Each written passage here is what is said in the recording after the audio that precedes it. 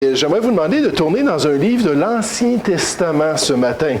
Un livre de l'Ancien Testament, j'aimerais qu'on puisse tourner dans le deuxième livre des Chroniques.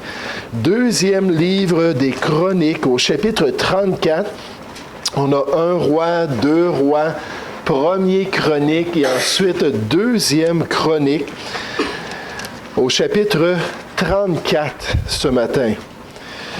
Dans l'histoire de l'homme, il y a eu des périodes de temps qui ont été décrites comme des périodes de réveil spirituel, comme des périodes de retour au Dieu de la Bible, des périodes de repentance et de réforme des voies du peuple de Dieu pour vraiment marcher avec le Seigneur et vivre pour lui et pour son honneur.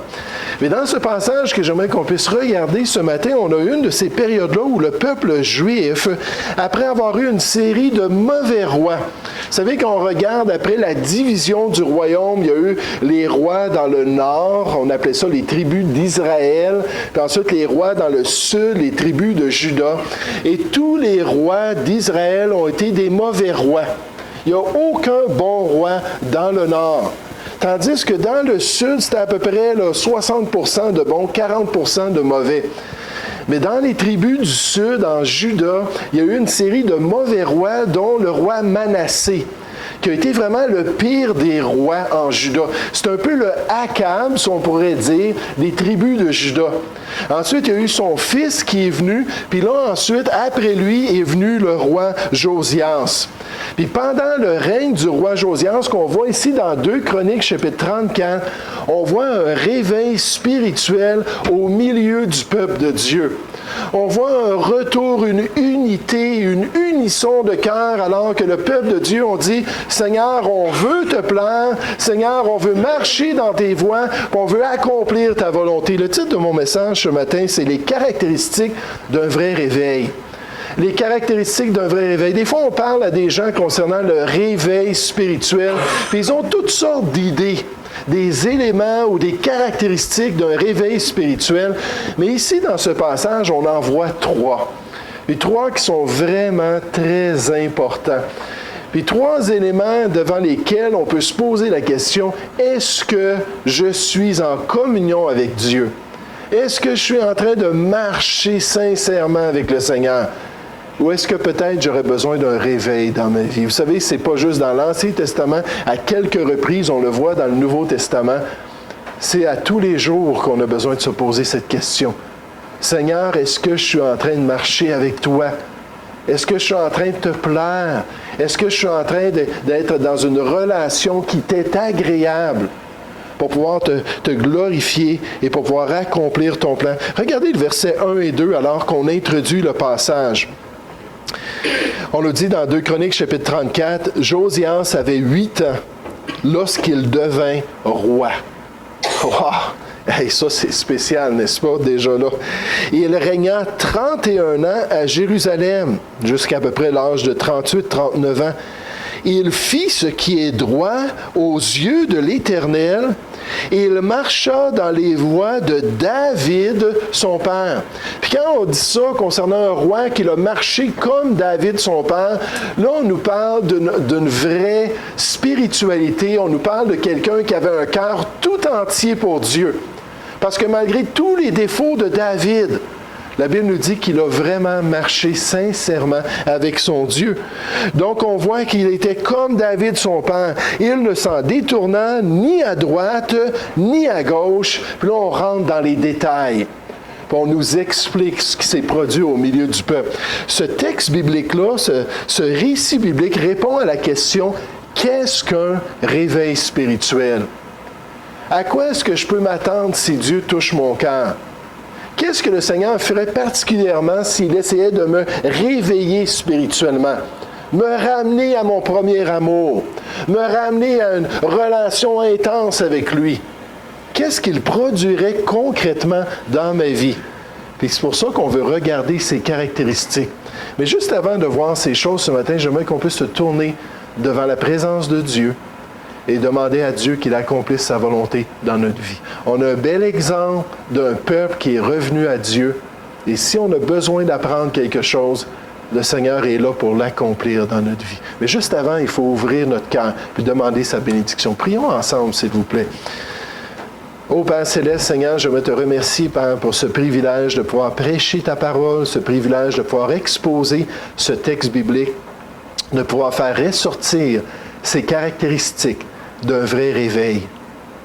Et Père Céleste, c'est tellement simple un réveil spirituel. C'est un cœur d'un de tes enfants qui est touché par ta personne et qui est prêt à revenir à toi de tout son cœur. Et Père Céleste, je te prie, Seigneur, toi tu vois chacun de nous. Tu sais ce qui se passe à l'intérieur. Tu vois notre disposition. Tu vois la sincérité de notre piété. Et Père Céleste, je vais te demander que tu accomplisses ta volonté dans notre vie. Père, on aimerait un jour se tenir devant toi, sachant, Père, qu'on a vécu sur cette terre avec sincérité, avec honnêteté, et qu'on a eu une vraie relation avec toi. Puisses-tu accomplir ta volonté? Je te prie ce matin. Seigneur, vraiment on se tourne vers toi. C'est seulement toi qui peux produire un réveil. C'est seulement toi qui peux briser la glace qu'il y a sur notre cœur et qui nous empêche d'accomplir ta volonté. Seigneur, parle à nos cœurs, je te prie, au nom du Seigneur Jésus. Amen. Mais regardez comme caractéristique, premièrement ce matin, cette caractéristique de l'abandon du péché. La caractéristique de l'abandon, du rejet, d'une vraie repentance envers ce qui est mal aux yeux de Dieu, selon ses standards, selon sa révélation, selon sa pensée. Pas baisser les standards à un niveau confortable dans notre vie, mais laisser les standards de Dieu à leur place, puis là, se comparer à ces standards-là, se comparer à sa volonté, puis être prêt à changer, puis à accomplir sa volonté. Vous savez, c'est pas étonnant que les réveils spirituels sont toujours associés avec la prédication de la parole de Dieu. Sont toujours associés avec un segment du peuple de Dieu qui est prêt à être sincère, qui est prêt à être honnête devant la révélation de Dieu, qui est prêt vraiment à s'examiner personnellement pour être certain d'accomplir la volonté de Dieu. Et la Bible nous dit que lorsqu'on le fait, que toute Écriture est inspirée de Dieu et utile. Utile pourquoi? Pour nous enseigner dans les voies de Dieu, pour nous convaincre qu'on a besoin que Dieu nous montre des choses, pour nous corriger. Le mot corriger ici, ça veut dire nous remettre sur la bonne voie. On est en train de s'éloigner peut-être de la volonté de Dieu. On est en train de dévier dans notre marche chrétienne. Là, la parole de Dieu vient et elle dit « c'est par là le plan de Dieu. Reviens dans les voies de Dieu. » J'aimais tellement ça, mon pasteur. Il avait été dans des camps, pas des camps chrétiens, il a été sauvé à l'âge de 19 ans. Mais il a travaillé dans des camps séculiers, des camps du monde. Puis il faisait toutes sortes d'affaires comme animateur dans ces camps-là.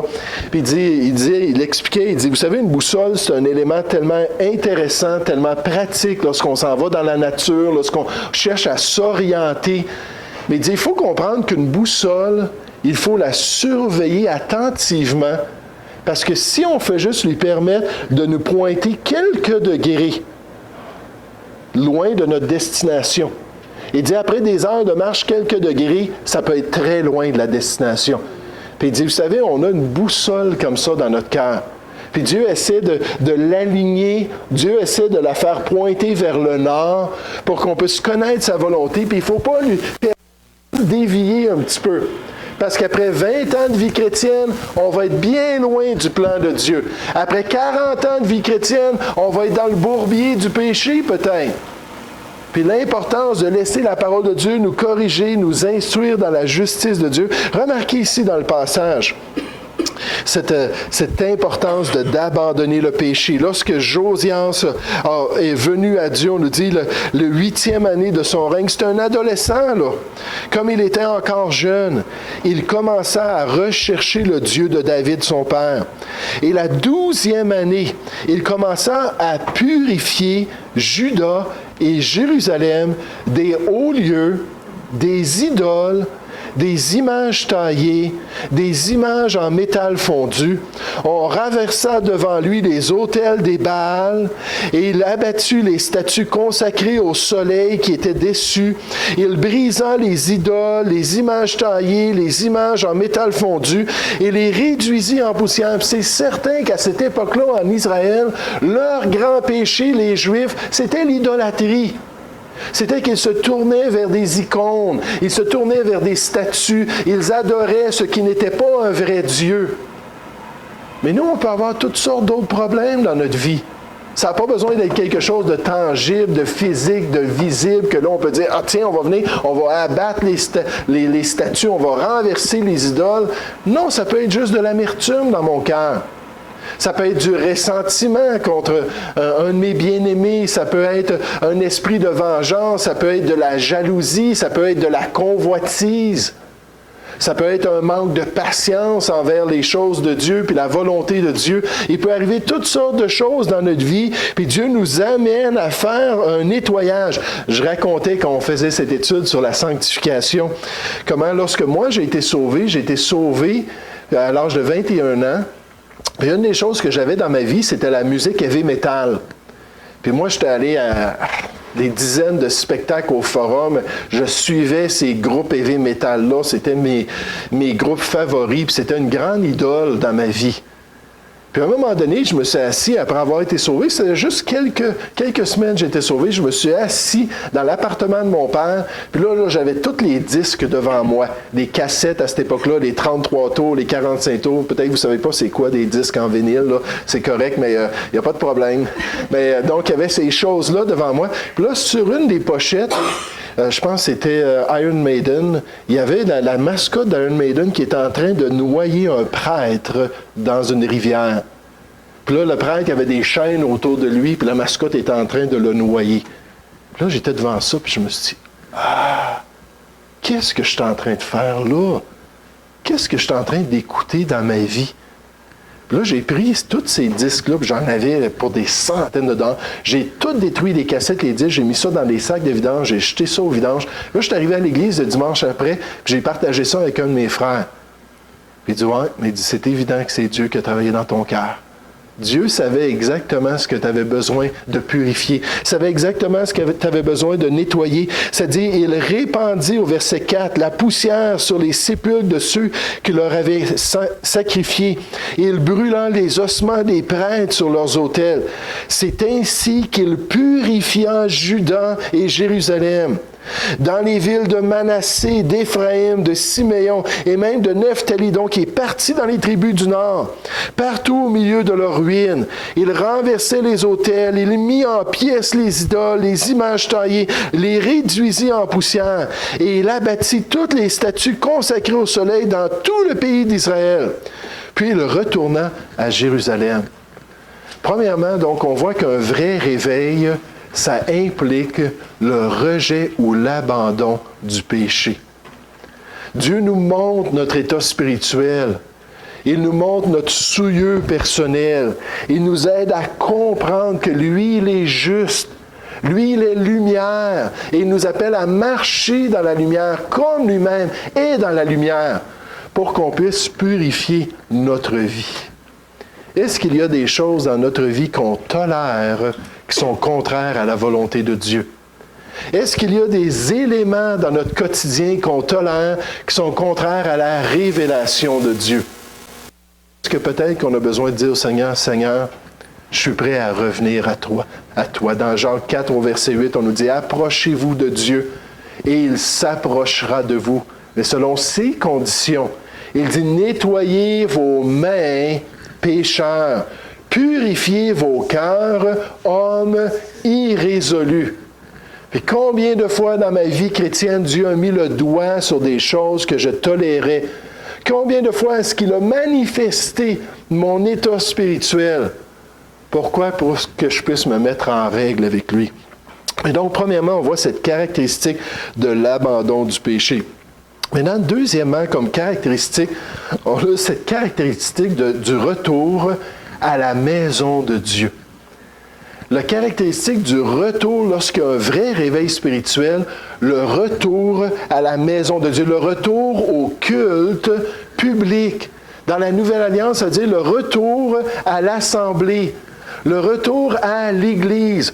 Oh, frères et sœurs, vous ne pouvez pas savoir comment c'est populaire dans les milieux évangéliques d'avoir des petites réunions à la maison.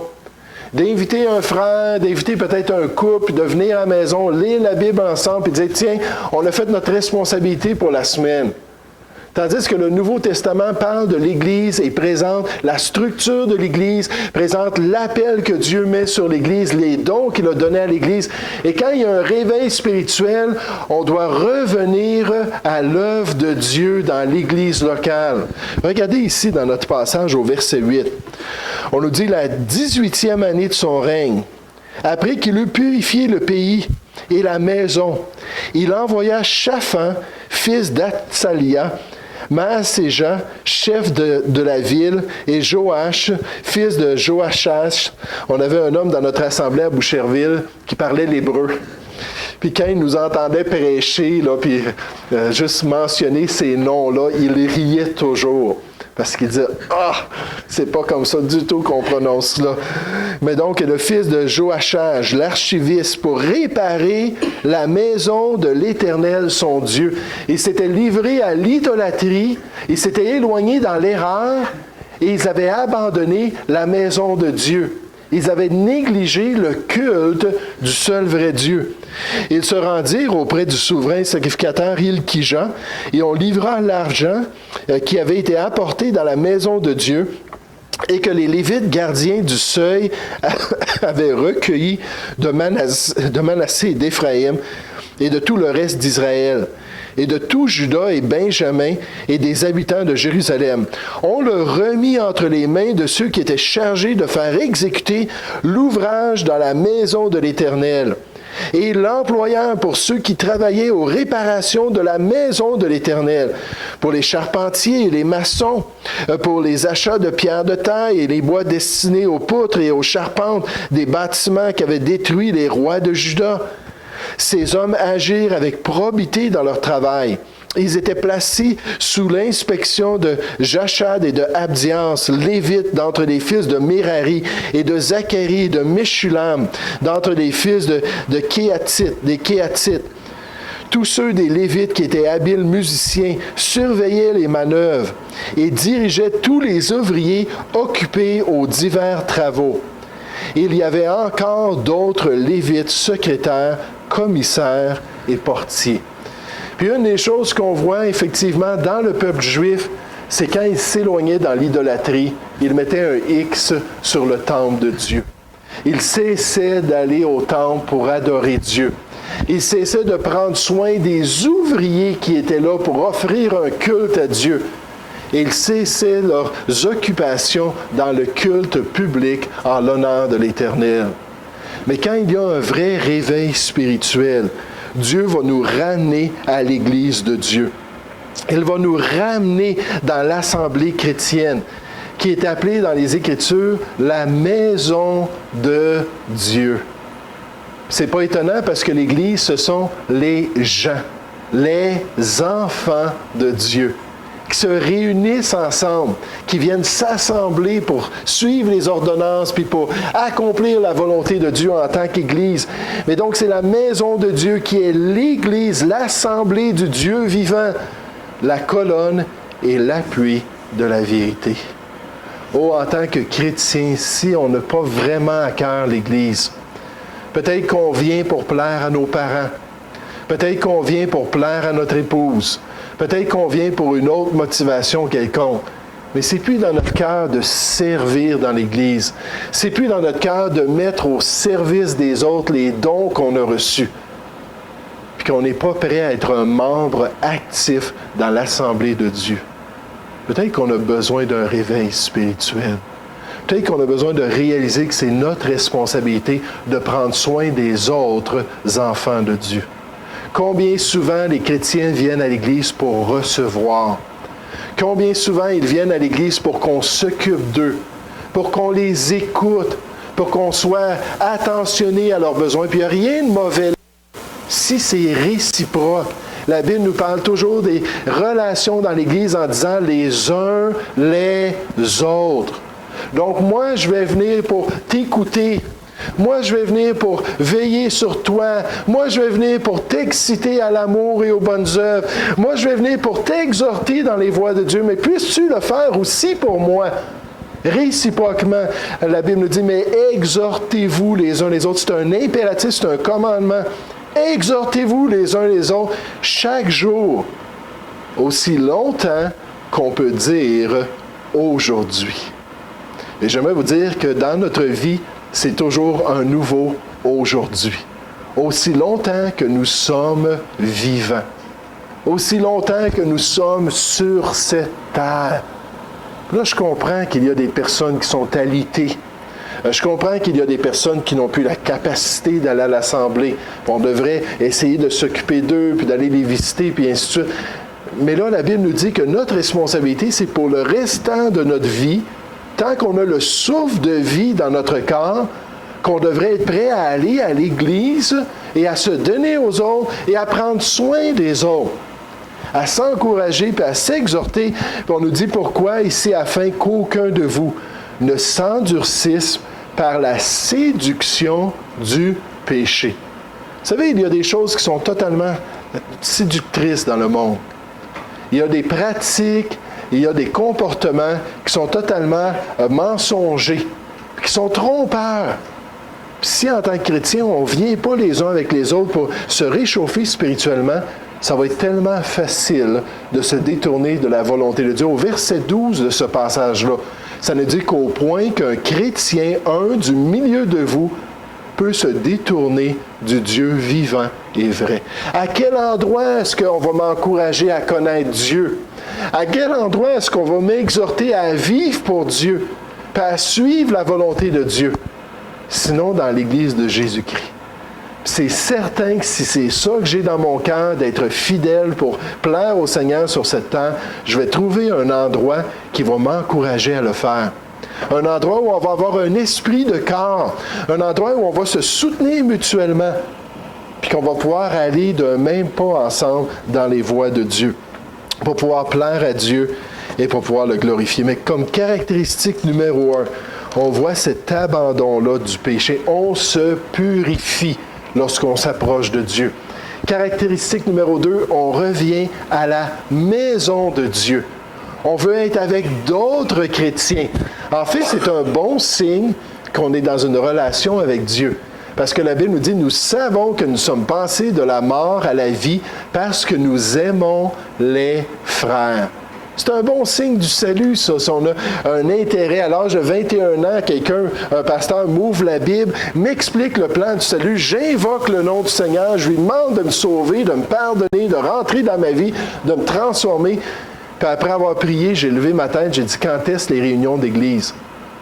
Puis si tout le monde qui me connaissait avant ce jour fatidique-là m'avait vu, puis qui avait entendu moi, une personne irreligieuse, une personne anti-establishment, une personne contre tout ce qui a rapport à une église quelconque, là, je lève la tête, je dis, quand est-ce vos réunions d'église? Même moi, j'étais surpris d'avoir dit cela. J'étais surpris d'avoir prononcé ces paroles. Mais Dieu venait de me montrer que maintenant, j'étais un enfant de Dieu. Et j'avais besoin des enfants de Dieu et je voulais être en communion avec eux. Mais regardez la dernière caractéristique. Je vous le dis, c'est tellement simple. Le retour à la parole de Dieu.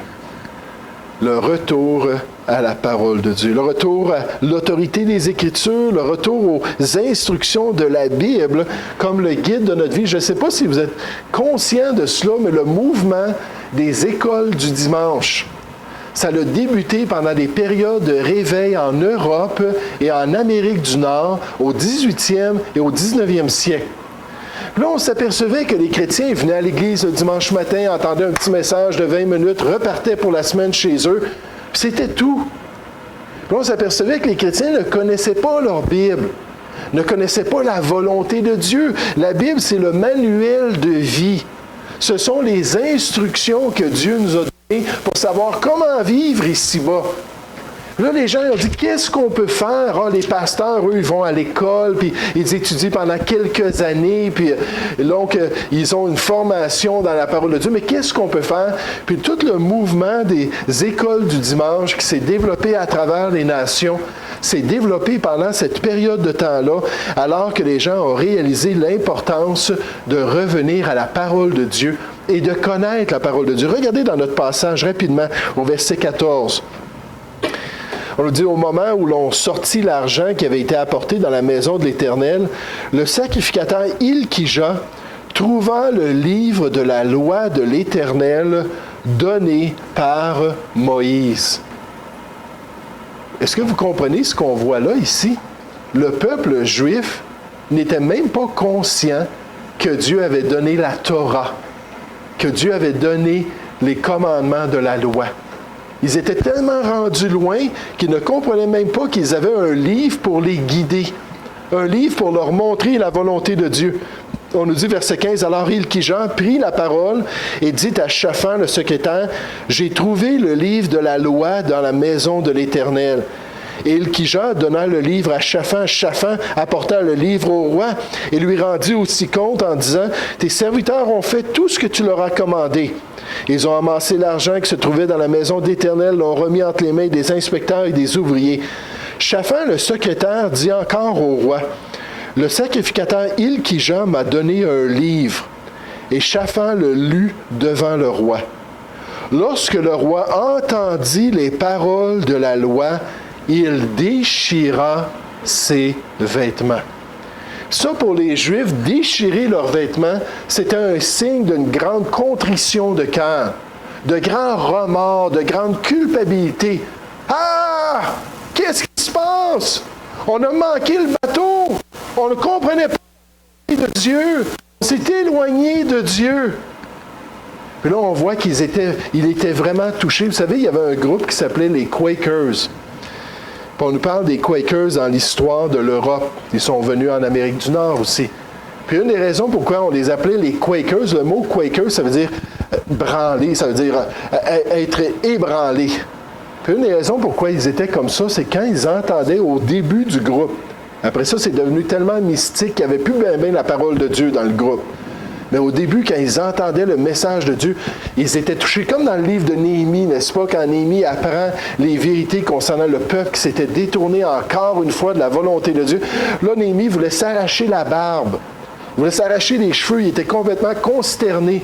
Là, il s'est prosterné à terre pendant une couple d'heures, puis là, il s'est amassé auprès de lui, la Bible nous dit, tous ceux qui tremblaient devant la parole de Dieu. Tous ceux qui étaient touchés spirituellement, tous ceux qui étaient sensibles envers la volonté de Dieu. Regardez le verset 29. On nous dit, le roi fit assembler tous les anciens de Juda et de Jérusalem. Puis il monta à la maison de l'Éternel avec tous les hommes de Juda et les habitants de Jérusalem, les sacrificateurs et les Lévites, et tout le peuple, depuis le plus grand jusqu'au plus petit. Je pense que ça vaut la peine d'amener nos petits-enfants à l'Église. Laissez venir à moi les petits-enfants. Ils ont besoin d'entendre la parole de Dieu dès leur jeunesse. Il lut devant eux toutes les paroles du livre de l'Alliance qu'on avait trouvé dans la maison de l'Éternel. Le roi se tenait sur son estrade et il traita alliance devant l'Éternel, s'engageant à suivre l'Éternel et à observer ses ordonnances, ses préceptes et ses lois, de tout son cœur, de toute son âme, afin de mettre en pratique les paroles de l'Alliance écrites dans le livre. Et il fit entrer dans l'Alliance tous ceux qui se trouvaient à Jérusalem et en Benjamin. Et les habitants de Jérusalem agirent selon l'Alliance de Dieu, du Dieu de leur père. Josias fit disparaître toutes les abominations de tous les pays appartenant aux enfants d'Israël. Et il obligea tous ceux qui se trouvaient en Israël à servir l'Éternel leur Dieu. Pendant toute sa vie, ils ne se détournèrent point de l'Éternel, le Dieu de leur père. Un vrai réveil spirituel, ça inclut aussi un retour envers la Bible. Ça inclut un changement d'attitude envers les Écritures. Ça inclut des cœurs qui sont touchés envers la validité de la Bible dans notre marche chrétienne, envers la sagesse de Dieu pour orienter notre existence. La Bible nous dit dans Proverbe 13, au verset 13, « Celui qui méprise la parole se perd ou s'égare, s'éloigne du plan de Dieu. Mais celui qui craint la précepte ou la parole est récompensé. » Oh, comme David est un exemple dans cet égard. Il dit « Combien j'aime ta loi. Elle est tout le jour l'objet de ma méditation. Je réfléchis continuellement parce que j'aime ta parole. Je suis prêt là, à être confronté par elle à chaque jour et à considérer ses instructions dans ma vie. En fait, il a dit, je serre ta parole dans mon cœur afin de ne pas pécher contre toi. » Qu'est-ce que c'est qu'un réveil spirituel? C'est premièrement un abandon du péché. C'est d'être prêt à voir que Dieu est plus sage que moi, être prêt à me confier en lui, être prêt à accepter sa volonté, puis à mettre de côté les jouissances qui sont contraires à la volonté de Dieu. Vous savez, on avait des jeunes hommes tout à l'heure, c'était-tu tous des hommes? Des jeunes hommes tout à l'heure en avant de nous, puis j'apprécie qu'ils ont voulu participer. Mais ces jeunes hommes-là ont des tentations dans leur vie, comme nous tous, n'est-ce pas? Puis ils ont besoin, eux aussi, d'apprendre à marcher avec Dieu. La Bible nous dit de fuir les passions de la jeunesse. Quand j'ai été sauvé à l'âge de 21 ans, j'avais des passions qui sont bien différentes des passions que j'ai aujourd'hui. Puis d'être capable de faire confiance à Dieu, puis de marcher selon la volonté de Dieu. Mais d'abandonner le péché. Deuxièmement, être prêt à revenir à l'assemblée. Revenir à la maison de Dieu. Quel défi pour des parents d'influencer leurs enfants à prendre à cœur l'Église de Dieu, à prendre à cœur l'assemblée puis les réunions.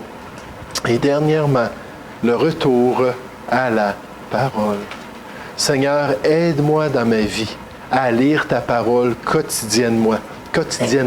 Aide-moi à croire que l'homme ne vivra pas de pain seulement, mais de toute parole qui sorte de la bouche de Dieu. Et combien de fois j'entends des gens dire « Ah, ça fait 2 semaines que je n'ai pas lu la Bible. Ah, je l'ai lu une fois ce mois-ci. C'est un bon chapitre, le chapitre que j'ai lu. » Ou « Je ne l'ai pas lu cette année. Mais peut-être en 2017, je vais voir. » Je ne peux pas comprendre ça personnellement. Je sais que j'ai eu le privilège, celui qui a reçu beaucoup, beaucoup lui sera redemandé. Puis quand j'ai été sauvé, j'étais dans une assemblée où la parole de Dieu était vraiment prêchée. Puis continuellement, on mettait l'accent sur l'aspect spirituel de notre être. Le nouvel homme, puis comment il avait besoin d'être nourri, comment il avait besoin d'être fortifié, comment il avait besoin de servir dans l'assemblée de Dieu. Puis dès le début de ma vie chrétienne, le culte personnel et public, c'est devenu quelque chose qui était ancré dans mes mœurs, dans mes pratiques. Puis quand mon épouse est rentrée dans ma famille, puis mes enfants sont rentrés dans ma famille, on a juste continué à pratiquer ces choses-là. Est-ce qu'on lit la parole de Dieu? Est-ce qu'on est prêt à marcher selon les Écritures, puis à glorifier Dieu? C'est rien d'extraordinaire, là. Là, je ne vous parle pas là, de tout ce qu'on pourrait voir se produire lors d'un réveil spirituel. On parle des choses de base qu'on doit avoir dans notre vie pour avoir une relation avec Dieu et pour pouvoir marcher avec le Dieu 3 fois saint, pour pouvoir le glorifier.